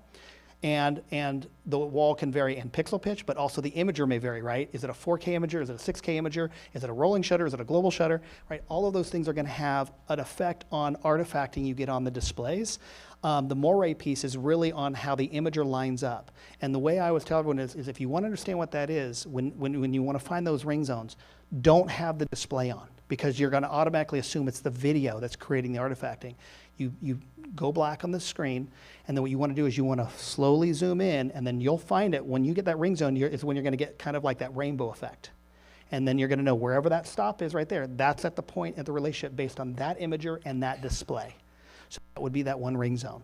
That ring zone will move closer to the wall as you get into a tighter pixel pitch. So that's one of the advantages by going with a higher pixel pitch is you get more dynamic range because you're going to move that ring zone closer to the wall. And in most cases, you're not going to have people standing right up against the wall, right? You're normally going to want to have them several feet in front of that wall. It's just to make sure that you have that flexibility. The key thing is, though, is that some environments, although you can use a 1.8, a 1.8 is a far more expensive product than a 2.6 because as we add more pixels and ICs, the cost goes way up. So there's sometimes a compromise that you're looking at, especially in like House of Worship. There's a lot of compromise where you're looking at going, does the front row really need to, is it okay if the front row, can slightly see the pixels or not, right? Because that could transition to a 30% variance in investment costs. So sometimes there's a little bit of a balance, but in production world, right, you can't have the technology be seen. So it really comes down to, how close can you get? I've seen on really large sets, like really, really large sets, like Mandalorian style, right, for instance, you're not gonna get a 1.8. So what they'll do is that's gonna be a 2.6. And then when you're doing really, really tight shots, you're either gonna be further away from the wall, right? Which is easy. It's like just move everyone back 4 feet or whatever, and in a large space you should be fine. Or what can happen is you may have a small, what we call a wing wall, right? Where it's a smaller wall that could be like a 1.5 or a 1.2 or 1.8 that allows you to bring in a wall for those really close-up shots that you can use. So there's a lot of flexibility around it, but basically I would recommend using, that distance guide as a rough tool to understand like how far is your talent going to be from the wall, and then that's going to determine roughly what pixel pitch you'd want to be at minimum. As a contractor, would I be able to ask the studio for that, or would I try to figure out what they're using and try to get that from the company? Or what would be the rough, like if I'm coming in blind? Yeah, I mean, obviously when you're doing the studio, understanding what they have infrastructure-wise, you're going to normally check that out anyways, because you're also going to want to understand power requirements. Some facilities you may have to bring in an extra Jenny depending on what you guys are doing, right? So you're going to take that as part of your overall analysis, but understanding what that is, and then a lot of times I always tell everyone, I go, because there's slight variances between optical glass and also the imagers as well, right? You really got to bring the camera in that you're using. So, a lot of times that's why more and more you'll find that a lot of studios, as we do a lot of due diligence, we'll do camera testing. They'll bring in 6, 8, 10 cameras. And it's like, we'll put them all up and we'll say, which ones work the best on this display? And you may find that 2 or 3 of them struggle a little bit. Like they just may not have the right offset features and things to do. Or you may find that you may be very limited in how much range you can and how many handles or knobs you can turn on that camera. So a lot of times you'll have that, but for the most part, using that distance guide is a great rule of thumb. And then most importantly, going with reputable studios that that has good quality product, because we've already done a lot of that math, means that you're going to be able to go in those environments because it's already been tested, right? It's been tested, it's tried and true. I didn't really touch a whole bunch about it, but not all LEDs are the same. So, I mean, you saw that, our manufacturing process, there's a lot going into it. There's also a lot of garbage out there, right? And we're seeing that across the board. Keep in mind that they're not all the same. There are products out there that come in at a third the price, and it will show on camera, right? It may be a great signage display, so if you're doing a retail store, you can get away with it. It's like, hey, I'm just running pictures, and I've even told people, you want to buy a display that's only going to last you 6 months and throw it away? Don't buy Unilumin, because Unilumin is going to last you 15 years, right? It's a 100,000 hour half-life product, right, which is 6.7 years of 24/7 operation. So if you're wanting quality product, if you're wanting to have engineers that you pick up the phone, you get a video engineer on the phone, right, to help you out, or even deployment, we got engineers on site. That's where our added value is, right, on top of the high quality product. So, sticking with reputable studios that are going to make proper investments is also going to help relieve a lot of that stress, or wondering how much skunk works type of testing do I need to do, or what kind of surprises or risks am I going to encounter, right? And that's why a lot of the big staple studios are using Unilumin, or they're using one of our sister brands, because of the fact that they know that those studios, the products are solid. They have they're going to be able to handle all of the different variables that you're throwing at it, and most importantly, they'll have already addressed the pixel pitch that you need, as well as the level of performance that's required for your shoot. Okay. Okay. We will have more time to chat after this, but we do need to keep moving. So let's give one more hand to Paul, please, everybody. We're going to take our 5-minute break now. So feel free to get up, stretch, use the restroom, grab another snack or drink, and we'll be back in 5 minutes. Thank you.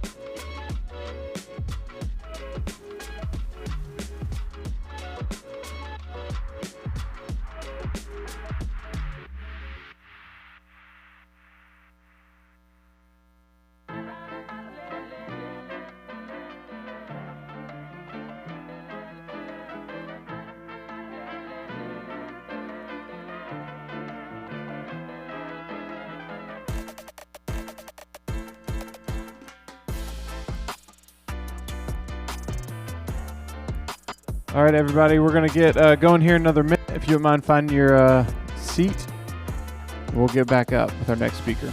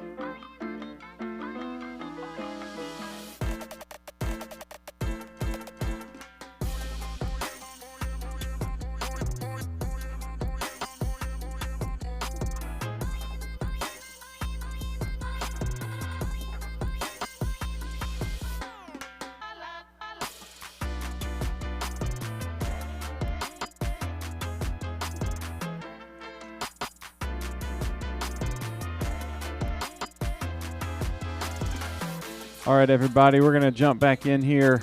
If you wouldn't mind finding a seat. We're so glad that everybody's wanting to chat and hang out. Excited for after this, so we'll get a better chance to do that and get to know some new faces that we see. So it's my pleasure to bring up our second speaker. Darren Fordham is what you would probably call a veteran. He's been working in the broadcast and cinema world for the past 36 years, worked for companies such as Sony and Canon, as Telecast Fiber, and many of the professional sports leagues that we know and love. And he is obviously now with Red as the broadcast cinema sales manager for the East Coast. So give me some help in welcoming Darren Fordham to the stage, please. Thank you. Thank you. Appreciate it. Hey, guys, it's great to be here today. You may question, what is a broadcast cinema account manager versus just cinema versus just broadcast? Well, I am literally one of the guys at Red that is moving Red into a new world. No, we're never going to leave our cinema roots. We're never going to leave our film roots. Y'all know that that's where the company was born, and that's where they'll stay. But I'm moving us into a new realm of broadcast cinema. So that means taking these cameras and building them up with, I'll throw out the Canon 50-1000 lens or the Fujinon 25-300, all great lenses that are used in a lot of live, whether it's concert application, whether it's, house of worship with their live broadcast streaming. We've been talking about North Point this morning. Some of these larger churches are using this level of technology to bring their message out. And so, that's where I'm now living. We'll have some new technology that we're going to announce at the first of the year that's going to bring us even further into that, again, while still not leaving our roots. So as you see, I started playing some video of, some great footage shot by a lot of great cinematographers out there. But, you guys know it as, I love this. I had this problem earlier, and you guys know it as Shot on Red. You've seen this on our website. One of the when I first walked into the Red factory out in California, one of the coolest things I saw was this wall as the entrance to our factory, which also should tell you the most important thing that you need to know. Red is the only camera manufacturer that is literally here in the United States. Our design engineers are here in the United States. Our manufacturing plant is here in the United States. So that also means all of our support. One of the coolest things that I found when I walked in there, And like he said, I've been in the manufacturing and broadcast world now for going on 36 years. So I've been with some really big companies, but to watch a company build their support line, their support engineers at Red is literally right in the middle of the V-Raptor and the V-Raptor XL manufacturing line. So if we get somebody who calls and says, hey, my camera did this, they can literally go over and pull a camera that's in the middle of the manufacturing line and test it right there. There's not another company, Sony, Panasonic, Ari, none of those companies can literally state that.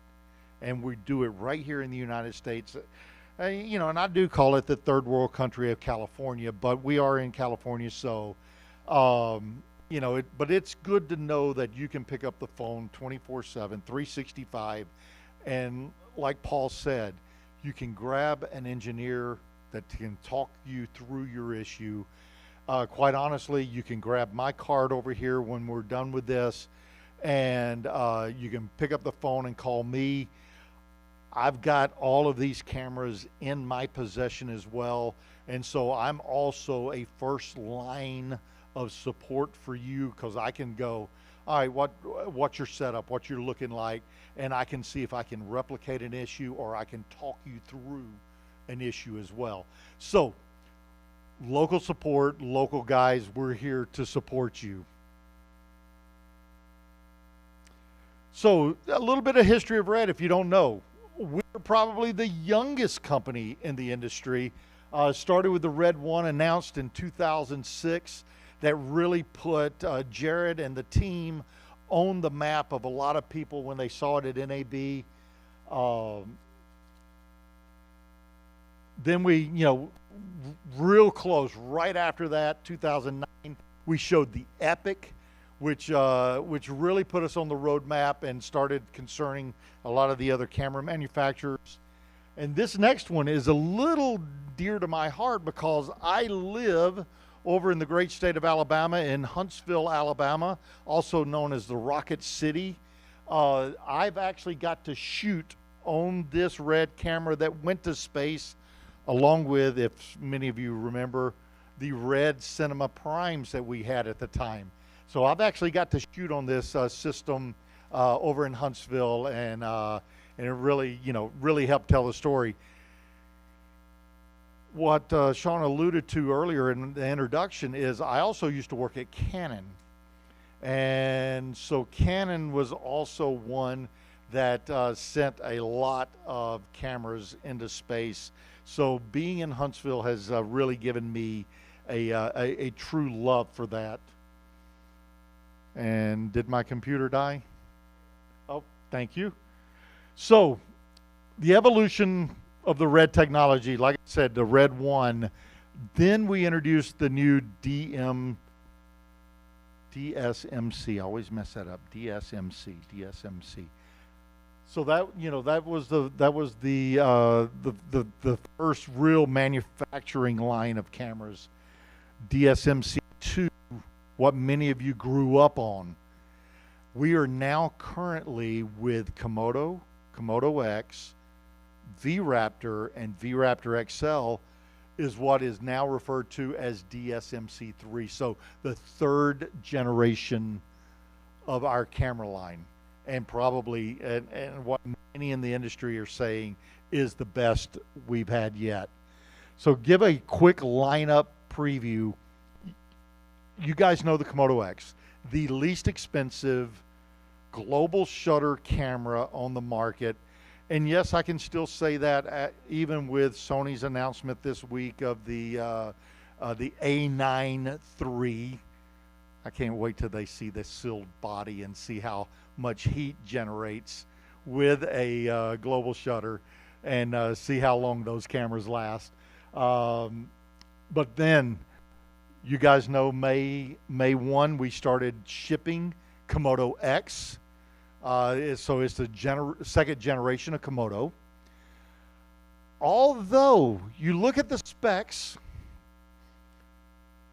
and you say, I don't see a lot of difference in the specs, what you're going to find when you look at the Komodo X, especially when sitting side by side with the V-Raptor, is how much closer the sensor is tuned to its 8K brother.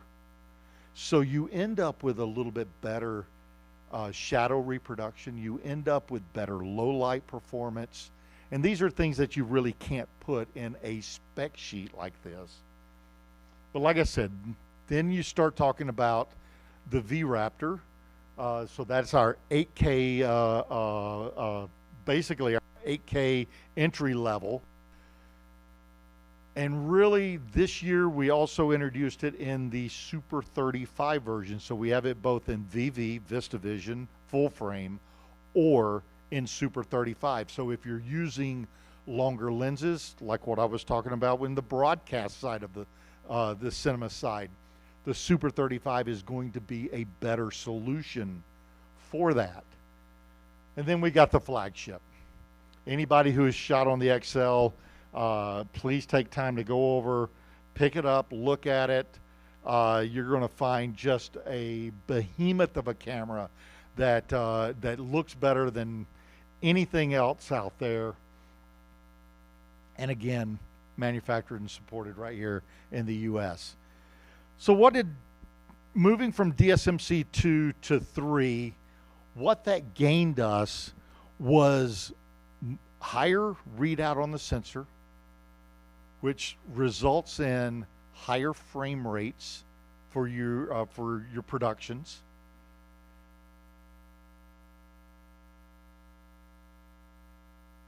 So we start seeing at 2K over 600 frames per second. Folks with the Phantom cameras, with the other high-speed cameras, have been a little upset by this because now we're bringing in higher frame rates at a much lower price point. And just watch it in action right there. I mean, you literally can see the water flash by. And then the same thing here. Watch as it goes into super slow-mo here at the end of this run. This guy's impressive. We don't get a lot of this on the East Coast, so you know, we have to record this in the West Coast. But look at the smoothness of the slow-mo.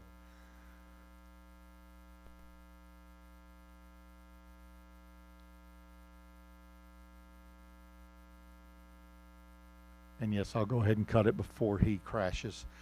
So this is the biggest part that you guys need to know, and this really piggybacks, this part of it right here really piggybacks on what Paul was talking about earlier. Great presentation, by the way. Thank you so much. The V-Raptor in the DSMC3, so much faster readout on the sensor. So this is where I start to say the V-Raptor is a really good camera to work with these LED walls. Yes, just like Paul said, depending on your distance, because the V-Raptors are still a rolling shutter camera, you do have to very much watch that distance that he was talking about. But because it's a faster readout, you end up with a lot fewer of those spots. So as I move back and forth, sorry, I'm going to drive our camera crew crazy. As we move back and forth, you're more likely to end up with a larger space for your people to move. With that being said,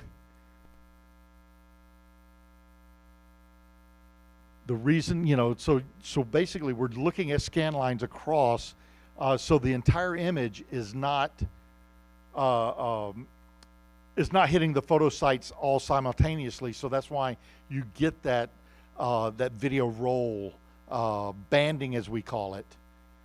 But you move into global shutter and notice we're taking an image all simultaneously, one at a time, instead of reading across. Thus, you end up with virtually zero moire. Now, I say that. You get up to your 3.6 pitch walls and higher, you know, you're going to run into issues. Anything 3, 4, and below, I guarantee you a global shutter camera is going to give you unlimited capability of shooting with these good LED walls. We get into the less expensive walls, the cheaper walls, cheaper manufactured, you know, the pixels not calibrated. You start seeing that, you know, the cheaper the wall gets. But you get into a very, very good wall, and this technology in global shutter is going to work flawlessly for you. Unlike other camera manufacturers, they get into global shutter, they lose sensitivity. Red has figured out the way to fix that. So that's why we can give you on a global shutter camera over 16 stops of dynamic range compared to Canon's 14 and 15 stops or Blackmagic's 10 to 12 stops of dynamic range. We got it figured out in global shutter. One of the biggest things you notice here on the top corner were with like flash photography. In post, you know, that's something that the post guys have really got to work on to fix. But with a global shutter, because we're taking that image of the entire image with one shot there, you get the full image, and so you're not dealing with problems like that in post. But the Komodo X still retains that 6K, still retains a Super 35 sensor. The new technology, it like I said, this pushes the performance of global shutter even further than the original Komodo. Better in low light, better in shadows. Now we also start seeing higher frame rates because of the new sensor design. 2K, 240 frames on a $10,000 camera body. And yes, now R3D ProRes is added to this. So it's a new form factor. We called the original Komodo the Rubik's Cube of cameras. It was a 4x4x4. This one is 19 millimeters longer. And what it's going to enable you to do is add things like, we had the expander on the original Komodo that basically mounted underneath that gave you gen lock and remote start stop and those things. We built that in to the new Pro IO, which gives you all of those same functionalities, but it extends past the SDI port, past the antenna, so it now allows you to run full-size batteries on a Komodo X without going third party and all the problems that normally associate with going third party. So this now means that you can get longer run times on your shoots with a simpler setup. And you were talking about how you rig cameras. You know, this makes it so much simpler to rig these cameras with these full-size batteries now. We also moved out of the compact flash and the CF cards to the CF Express. So now Red uses the exact same cards across the entire new DSMC3 lineup. So it's the same card structure across the board. And that's what gave us the ability to record at higher frame rates. You still have a 12G SDI. You still have 1080p wireless streaming. Would I use that to stream something like this? Absolutely not. Would I use this to stream to your director's monitor? Absolutely. I'd have no issues with that. Oh, and by the way, notice that we now have the same audio connection on Komodo X that we have on the V-Raptors and the XLs, which also means that now you can put in the dual XLR connectors that we use on the other cameras on this camera as well, giving you your full 48 volt phantom power. Now, big productions, that's not going to matter, but on your single man run and gun type shoots, it's going to be a very big help. So, where you've already seen this slide from Paul, remember, red is only in the upper two. We're only 8K or 6K cameras. Yes, I can give you all the way down to 2K. That's as low a resolution as we'll output on the camera, but that's going to start from either a 6K capture or an 8K capture. Now, many people say, okay, so VistaVision, full frame, you've got to use basically large format glass, primes. I don't know if many of you know that we actually make a dual format camera that gives you both VistaVision and Super 35 on the same sensor. So in productions where you may have to move back and forth, that may be a really good solution for a lot of your productions. Remember, it'll be 8K VistaVision, but it'll be 6K in Super 35 on that one. Or you can go VistaVision only 8K, and you can go Super 35 only 8K, or you can have the multi-format version of it. So we start looking at sensor sizes, remembering some of the past with what we knew now. So helium was a much larger 8K sensor at that time, but using the new sensor, we can get, again, the faster readouts, the higher frame rates. And if we look at what our competition looks like,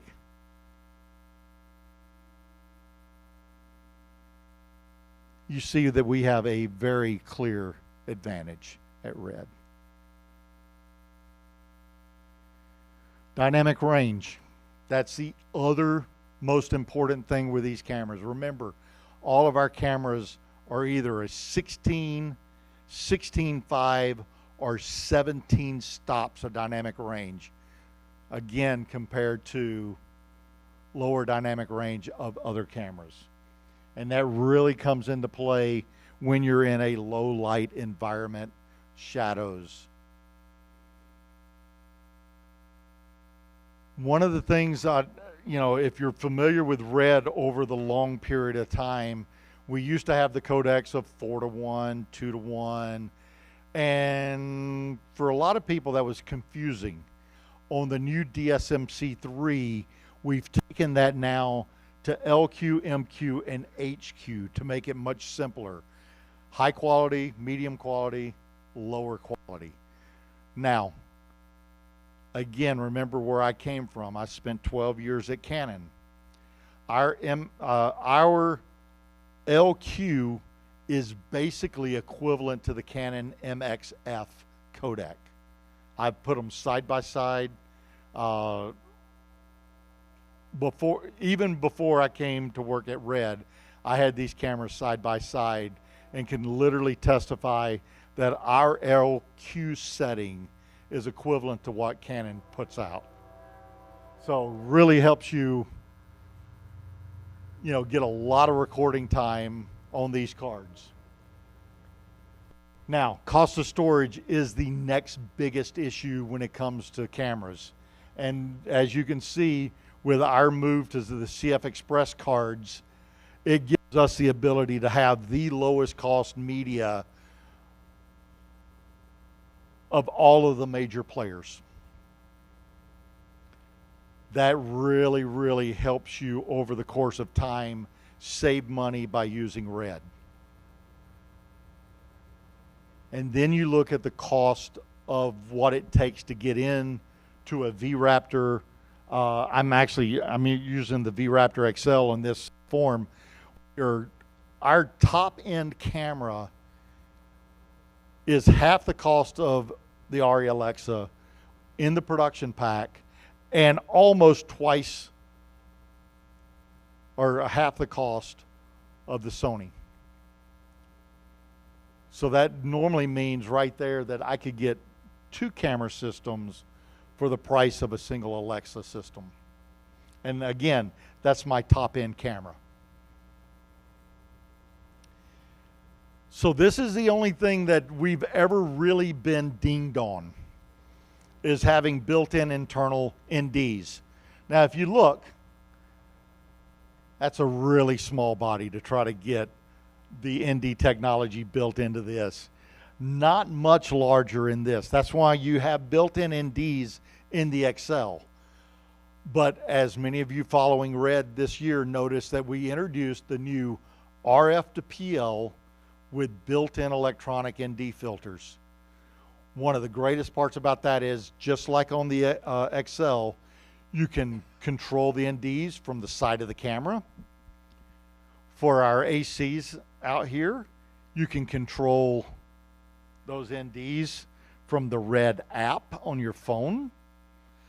Or in a bigger system, if you're using Red Pro Control, you can control all the cameras on a set or in a shoot simultaneously with Red Pro Control. They just all have to be on the same network.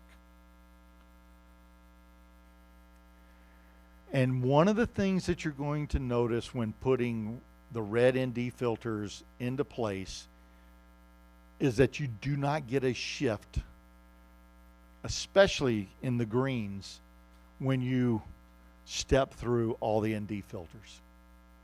So you're going to have a very consistent look across each step. So why high resolution? I'm going to switch back and forth between these next 2 slides. So notice the very detail down at 8K versus 4K. I'm going to go back to 8K and now back to 4K. Twice the resolution, twice the just the ability to capture all of the fine parts. This also comes to play when looking at these LEDs on the wall. What else does it give you? It gives you the ability in post to crop in and maintain the ultimate image quality once you crop in post. That's just wicked looking.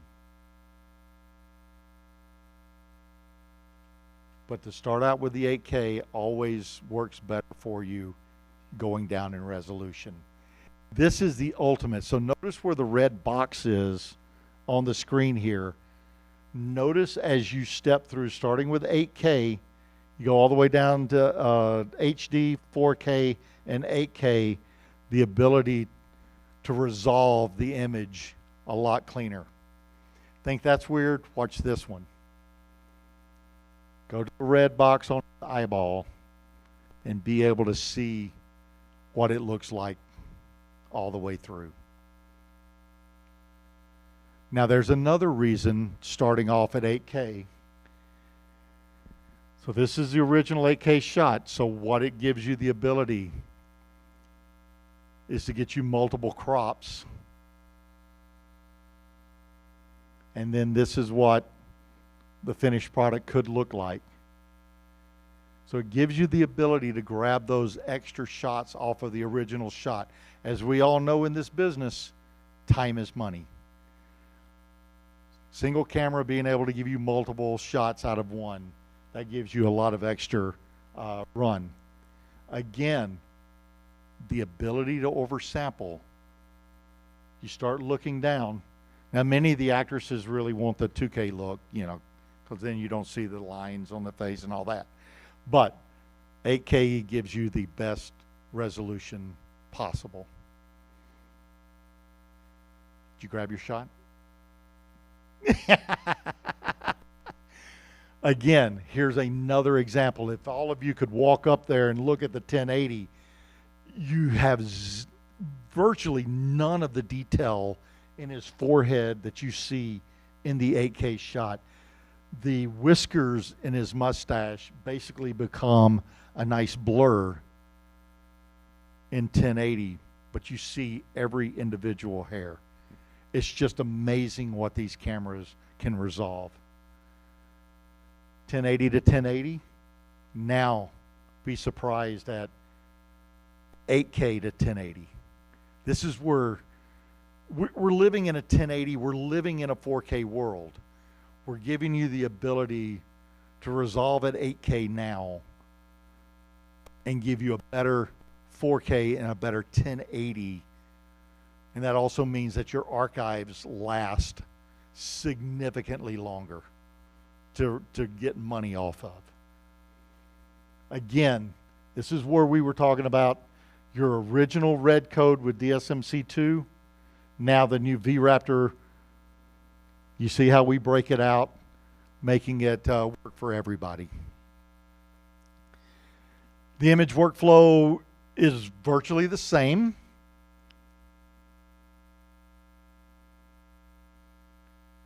And raw is what it's all about. And many of you know red has the,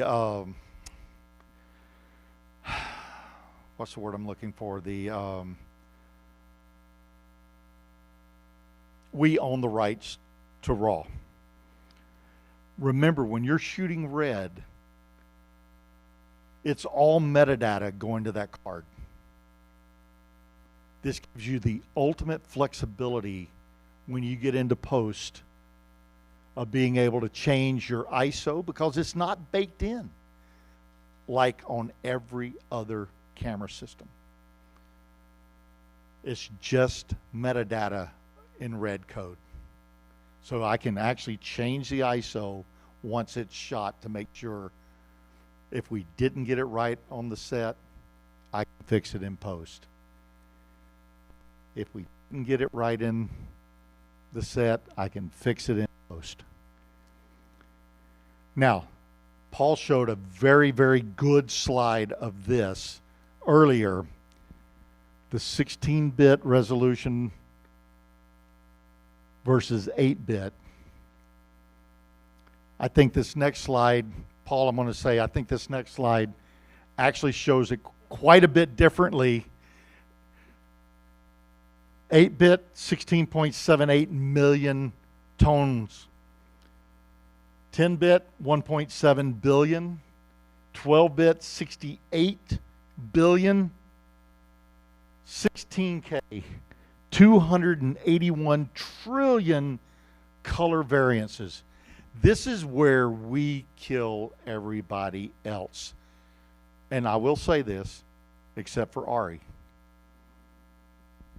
All right, Canon, Sony, Panasonic all live in that 12 to 14-bit color depth.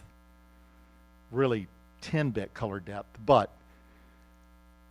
we're at 16-bit for all DSMC3. Ari is only at 17-bit color depth. They've got us by this much while we've got everybody else by leaps and bounds. What does that tell you? We are half the cost of the Ari Alexa. You can double the cameras, and you're only giving up 1 bit depth of color. I think we got a pretty good story to tell there. And what does that mean? That should actually be 4 R's. All you need to know is red, resolution, raw, and red code. Those are the 4 R's that you really need to know to really get the best imaging out there. When it comes to data rates, this is what it means to you. You can record longer at higher resolutions than everybody else out there. This is a typical setup, and I'm even using Monstro just to make the other guys look okay. It costs a lot more storage, a lot more dollars with everybody else. So guys, this is real simple.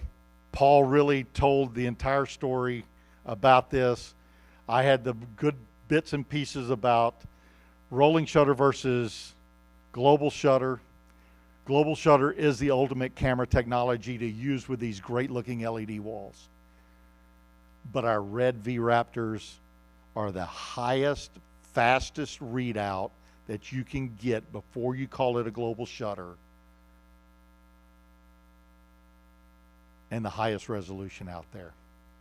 I thank you for your time, and we'll open up the floor for questions now.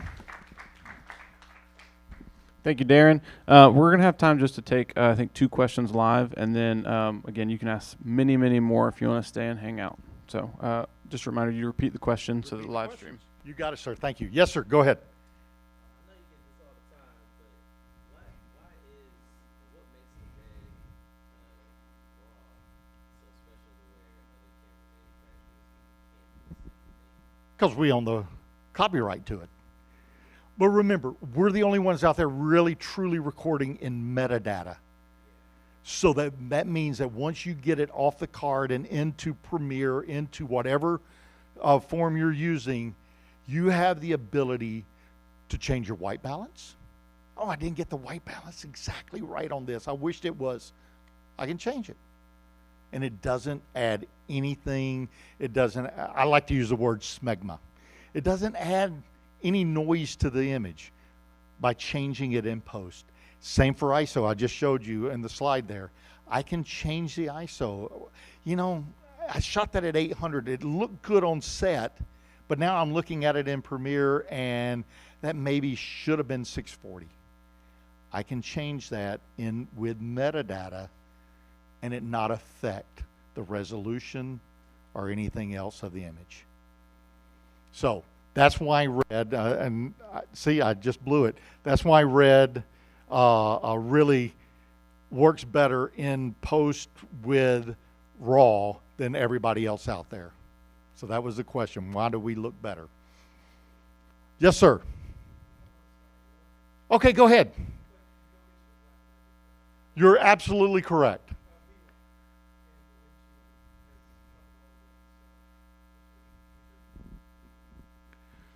So the question is, why does Blackmagic with their B-Raw and DaVinci work so well, right?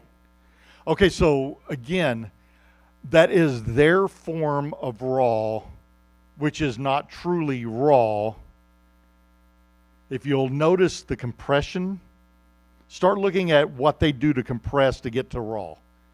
Our RAW is uncompressed, unless we go. If I'm using RAW period, it's uncompressed. I do have other forms of RAW that can be compressed, but theirs is truly, all of theirs is compressed completely because they cannot do 100% raw,